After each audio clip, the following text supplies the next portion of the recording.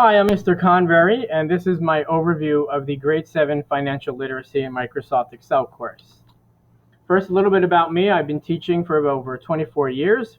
I have my BA in Elementary Education from Kean University, and I have an MS in Educational Technology from the College of New Jersey. If you need to get in contact with me, my email address is sconvery@warrentboe.org. Purpose of the course is two things. First, to teach students how to use spreadsheets a little bit better.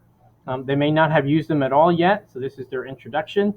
The other is to familiarize students with terms like budgets, debt, credit, and loans. And we do this all through scenario-based learning. So they have scenarios that we're going to be going through throughout the entire cycle. There is no homework. Students should not be doing the work at home. There is time enough in class to do that.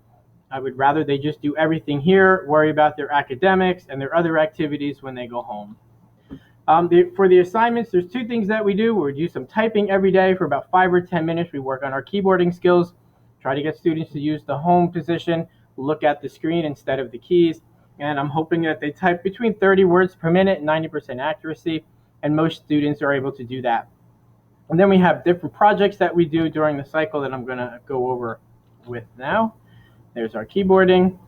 We'll go through some Excel basics, how to enter data into the cell, formulas, pivot tables, creating charts, things like that. The first thing we do is a grocery shopping list. This is just to introduce students how to use Excel. Then they go on a shopping spree. So the scenario is that they were given $20,000 or a credit card with a max of $20,000, and they can spend whatever they want. So they can spend the full $20,000, or if they want, they can only spend $3,000 or $5,000 of that. And the purpose of this is actually to get them into a little bit of debt, because what they don't know is they're going to have to pay it off later. This is what that would look like. But then we're going to find a job. There's a survey that they take, and based on that survey, they get a number. We then use information that has a bunch of different jobs. We use pivot tables to filter that information, so it's just the ones that they're interested in, and then they pick a job. The one caveat that I give them is it has to be a job less than $100,000. The idea is that this is their first job, and they probably would not find a job that's more than $100,000. They will have a virtual bank account. So once they get a job, they'll have a salary. We'll go over all of the things that are taken out of the salary, and then they'll find a place to live, and they'll have a bank account, and they'll have bills to pay. So they'll have things like a mortgage or rent, your electric, water bill, sewer bill, a car, their credit card, phone, cable, things like that. And they will have to pay that. And we do about 4 months of paying bills. Then they have to create a budget. So once they have that salary and they know how much they make and what their bills are going to be, we create a little budget to see how much they have and how much they have left. We also go through the notion of paying yourself first. So that's putting a certain amount of money aside before we even pay our bills so that we have money in our savings. We're then going to do a credit score presentation where they'll go over what credit is, what debt is, why it's important to have a good credit score, and some of the benefits and detriments of having either a good score or a bad score. Then we get into the credit card.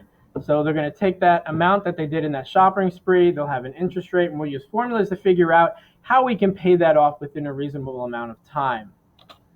Then they'll buy a car. We'll do the same thing. We'll use the same formula, the same sheet again, where they'll have a loan amount and interest, how long it's going to take for them to pay off that car, and then there'll be a payment amount, and all that goes back into their budget where they'll then have to pay it through the online bank.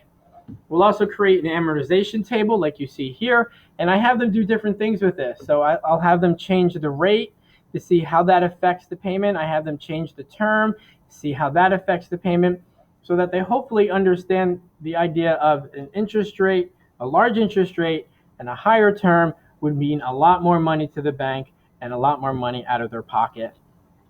If you have any questions during the cycle, you can always email me at sconvery@warrentboe.org. Thank you and have a good night.